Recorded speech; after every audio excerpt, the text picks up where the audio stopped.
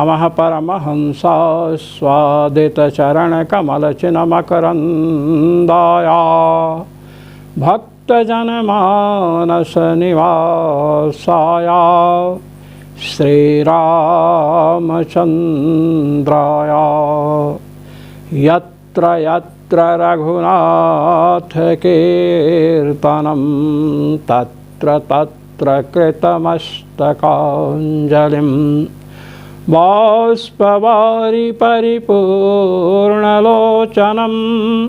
मारुतिं नमत राक्षसान्तकम् सीतानाथसमारम्भां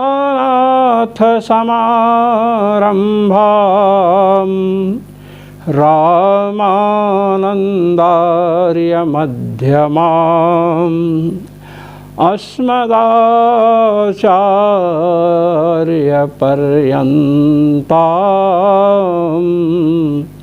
वन्दे गुरुपरम्परां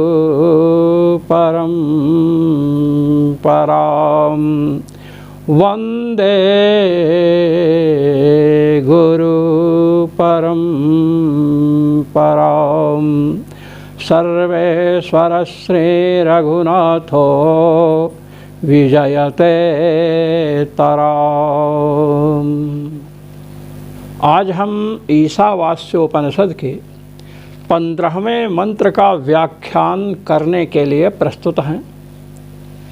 आए मंत्र पाठ करते हैं। हिरण्मयेन पात्रेण सत्यस्यापि हितं मुखं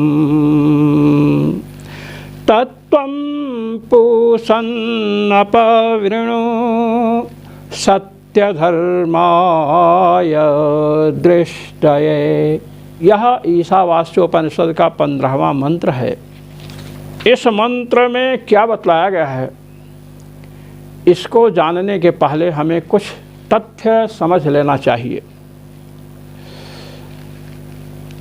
भगवद उपासना के विषय में बताया गया। भगवान का साक्षात्कार का अधिकार जिन्हें है, जिन्हें वह योग्यता है, बिना योग्यता के तो कुछ होता ही नहीं है। तो भगवान की उपासना का अधिकार प्राप्त है, ऐसे जिज्ञासु के प्रति अनेजदेकम मनसो जवीयः इत्यादि के द्वारा भगवान के स्वरूप का निरूपण पहले किया जा चुका है। और उसके बाद यस्तु सर्वाणि भूतानि आत्मन्येवानुपस्थित इत्यादि के द्वारा संपूर्ण जगत को भगवान में देख रहा है और संपूर्ण जगत में भगवान को देख रहा है। निज प्रभु में देखहि जगत कहि सन करहि विरोध, सीय राम मैं सब जग जानी करऊँ प्रणाम जोर जुग पानी। भगवान में जगत को देख रहा है। इस प्रकार भगवत साक्षात्कार रूप जो मोक्ष है उसका कारण बतलाया गया। अब जो भगवत साक्षात्कार है वह केवल श्रवण मनन एवं निधिध्यासन से ही संपन्न नहीं होता है, क्योंकि उपनिषदों का उद्घोष है नायमात्मा प्रवचने न लभ्यो न मेधया न बहुना श्रुतेन। यह परमात्मा प्रवचन से नहीं उपलब्ध होता है। खूब व्याख्यान करें, खूब कथाएं करें, पैसा के लिए सब कुछ करें, उससे उपलब्ध नहीं होता है। बुद्धि से भी नहीं मिलता है। बहुत श्रवण कर लिया, उससे भी आत्म साक्षात्कार नहीं होता है। श्रवण मनन और निध्यासन तो साधक को करना ही चाहिए, किंतु इसके साथ ही साथ भगवान से प्रार्थना करनी चाहिए कि हे प्रभु आप अपना साक्षात्कार हमें प्रदान करें। तो श्रवण मनन निधिध्यासन करने के साथ साथ भगवान के दर्शन के लिए भगवान से प्रार्थना करनी चाहिए।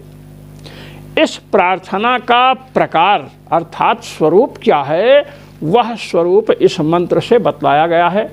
यह मंत्र साधकों के लिए भगवत प्राप्ति के लिए जो समुत्सुक हैं उनके लिए अत्यंत उपयोगी है। हिरण्मयेन पात्रेण सत्यस्यापि हितं मुखम। हिरण्मयेन पात्रेण, हिरण्मय एक पात्र है। हिरण्यम इव हिरण्यमयम माने ज्योतिर्मयम। जैसे स्वर्ण, जो लोग न्याय दर्शन पढ़े हुए जानते हैं, स्वर्ण तेजस पदार्थ है। पात्र शब्द का व्याख्यान किया गया, पिबति रसान त्रायते जगत इति पात्रम। पिबति रसान इति पा और फिर त्रायते जगत, त्रयिंग पालने धातु है। पात्रम तो हिरणमय पात्रेण माने ज्योतिर्मय जो पात्र है। अब आप देखते हैं कि ग्रीष्म काल में भगवान सूर्य जल को पी लेते हैं, सोख लेते हैं। सूर्य की गर्मी से जल सूख जाता है। और भगवान सूर्य जब उदित होते हैं तो संसार के जितने भी प्राणी हैं सब अपने कर्म में लग जाते हैं। सूर्यास्त होने के बाद कर्म का समापन हो जाता है प्रायः। इसलिए जो ग्रीष्म काल में जल आदि को सोख लेते हैं और जगत की रक्षा करते हैं उन्हें क्या कहते हैं? पात्र। प्रकृत स्थल में हिरणमय पात्र कौन है? भगवान सूर्य हैं। अब सूर्यमंडल रूपी जो पात्र है उससे परमात्मा का मुख क्या है? आवृत है। हिरण्मयेन पात्रेण सत्यस्यापि हितं मुखम। सत्य, सत्य कौन है? तो परमात्मा है। रामः सत्यम परब्रह्म रामात् किंचन न विद्यते। भगवान श्री राम, भगवान श्री कृष्ण, भगवान शिव, कुछ भी नाम दीजिए। तो परमात्मा क्या है? ज्योतिर्मय जो सूर्यमंडल है उसके द्वारा सत्यस्य माने परमात्मा, परमात्मा का मुख जो है आवृत है। यहाँ पर एक वाक्य प्रस्तुत किया गया है, पात्रम हिरण्मयम सूर्यमंडलम समुदाहृतम।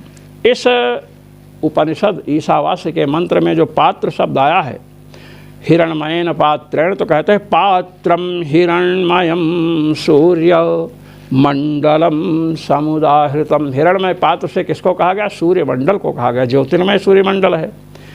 विष्णोः सत्यस्य तेनैव सर्वदापि हितं मुखम। विष्णोः व्यापक जो परमात्मा हैं, जो सत्य स्वरूप हैं। सत्यम ज्ञानम अनंतम ब्रह्म, परमात्मा को सत्य, ज्ञान और अनंत अविनाशी बतलाया गया। तो सत्य से माने परमात्मनः, सर्वव्यापक जो परमात्मा है उनका मुख जो है आवृत है। मुख का, मुख शब्द उपलक्षण है। समग्र विग्रह सूर्यमंडल से आवृत है। जो सूर्यास्त देते हैं उनको ये भी बतलाते हैं। भगवान नारायण के उपासकों के लिए दूसरा मंत्र है। भगवान श्री राम के जो उपासक हैं सूर्यास्त देते हैं तो उन्हें वो कहते हैं सूर्यमंडल मध्यस्थम रामं सीता समन्वितं नमामि पुंडरीकाक्ष ममेयं गुरु तत्परम। इस प्रकार सूर्योपास्थान में स्मरण करते हैं। तो सूर्यमंडल जो ज्योतिर्मय सूर्यमंडल है उससे परमात्मा का नख से लेकर शिख तक जो दिव्य श्री विग्रह है वह आवृत है। कहते तत्त्वं पूषन् अपवृणु। हे पूषण, संबोधन है। पूषण माने पूर्ण, पुष पुष्टौ धातु है। आप पुष्ट हैं, पूर्ण हैं, इसलिए हे पूषण, हे पूर्ण परमात्मन, तत्तु पूर्णत्वतः पूषा। भगवान को पूर्ण होने से पूषा कहा गया। विष्णुर्दर्शयते स्वयं, भगवान जो सर्वव्यापक हैं वे अपने श्री विग्रह का दर्शन कराते हैं। सूर्यमंडल में ज्योतिर्मय सूर्यमंडल है, उसकी आभा इतनी है कि परमात्मा को हम देख नहीं सकते हैं। जब प्रार्थना करेंगे तो भगवान कृपा करके सूर्यमंडल में अपने स्वरूप का दर्शन कराएंगे। हे पूषण माने हे पूर्ण परमात्मन, आपका जो मुख है उपलक्षण अर्थात मुखोपलक्षित समस्त जो श्री विग्रह है वह आवृत है। वह विग्रह अपावृणु माने अनावृत कीजिए। जैसे लोग किसी मूर्ति का अनावरण करते हैं ना, पहले आवृत रहती, ढकी रहती है वस्त्र आदि से, अनावृत कर देते हैं तो उसका स्वरूप दिखाई पड़ता है। तो कहते हैं अपावृणु, क्यों? सत्य धर्माय दृष्टये, सत्य धर्म मैं भक्त आपका हूँ, दृष्टये माने दर्शनाय, आप अपना दर्शन मुझे कराने के लिए उसको अनावृत कर दीजिए अपने स्वरूप को। सत्य धर्माय, सत्यम भगवंतम हृदये धारयति इति सत्य धर्म।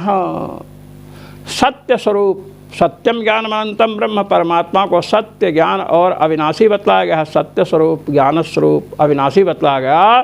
तो अविनाशी जो परमात्मा है, सत्य स्वरूप जो परमात्मा है, ऐसे सत्यम भगवंतम हृदये धारयति इति सत्य धर्म।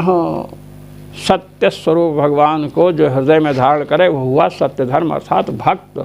सत्य धर्म है, मुझे आपके स्वरूप को हृदय में धारण करने वाले, आपके स्वरूप का चिंतन करने वाला जो मैं हूँ, ऐसे मुझे दृष्टये माने दर्शनार्थम, अपावृणु अपगता वर्णम करो, आपका चिंतन करने वाला मैं जो भक्त हूँ, ऐसे मुझे भक्त को आप अपने श्रेय विग्रह का अनावरण करें, अर्थात दर्शन कराएं। इस प्रकार सीधा अर्थ हुआ हिरणमयेन पात्रेण सत्यस्यापहितं मुखम। हिरणमय पात्र ज्योतिर्मय जो सूर्यमंडल है, उससे मुखम माने मुख से उपलक्षित श्री विग्रह भगवान का, सत्य से माने सत्य स्वरूप जो परमात्मा है, सत्यम ज्ञानम अनंतम ब्रह्म, भगवान को सत्य ज्ञान और अनंत बताया गया। ऐसे जो परमात्मा है उनका मुख अर्थात श्री विग्रह, मुख उपलक्षण है। उपलक्षण कहते हैं किसी एक को लेकर के उससे अधिक का ग्रहण जैसे हो। तो मुखोपलक्षित समस्त जो श्री विग्रह है, नेत्र का, वक्षस्थल का, श्री चरण का, सबका दर्शन कराएं। कैसे कराएंगे? ज्योतिर्मंडल से आवृत है, इसलिए कहते हैं तत्वम पूषण अपावृण। हे पूषण, हे पूर्ण सर्वत्र व्यापक परमात्मा, जिसके लिए कहा गया पूर्णमदः पूर्णमिदं पूर्णात् पूर्णमुदच्यते पूर्णस्य पूर्णमादाय पूर्णमेवावशिष्यते। परमात्मा को पूर्ण कहा गया, इसलिए तत्वम पूषण, हे पूर्ण परमात्मन, तत्वम अपावृणु, तत् माने अपने श्री विग्रह को, अपावृण माने अपगत आवरणम करो, आवरण उससे हटा दीजिए। सत्य धर्माय दृष्टये, अब क्यों हटा दें? क्योंकि मैं सत्य धर्म हूँ, सत्य स्वरूप जो आप परमात्मा हैं उनको मैं धारण करने वाला हूँ, उनका मैं चिंतन करता हूँ, इसलिए दृष्टये माने दर्शनाय, आपका साक्षात्कार मुझे हो, इसलिए आवरण को हटा दीजिए। ये मंत्र अत्यंत उपयोगी है। अनेक प्रकार के आवरण हैं, जैसे दर्पण है। अब दर्पण में अगर मल लगा है तो अपने स्वरूप का दर्शन नहीं होगा, तो उस दर्पण के मल को हटाना पड़ेगा। अब प्रकाश इतना तेज है कि आपकी आंख पर पड़ रहा है, वस्तु का भान ही नहीं हो रहा है, तो प्रकाश को समेटना पड़ेगा। मतलब इस प्रकार कीजिए कि हमारा हृदय भी निर्मल हो जाए और आपके स्वरूप का हम दर्शन कर सकें। ऐसा स्वरूप हो, अनंत तेजोमय स्वरूप होगा तो हम कैसे दर्शन कर पाएंगे। इसलिए इस मंत्र की जो यहाँ व्याख्या की गई है उसके अर्थ को समझते हुए इस मंत्र के द्वारा भगवान की नित्य प्रार्थना करनी चाहिए। सर्वेश्वर श्री रघुनाथो विजयते तरम। जय श्री राम।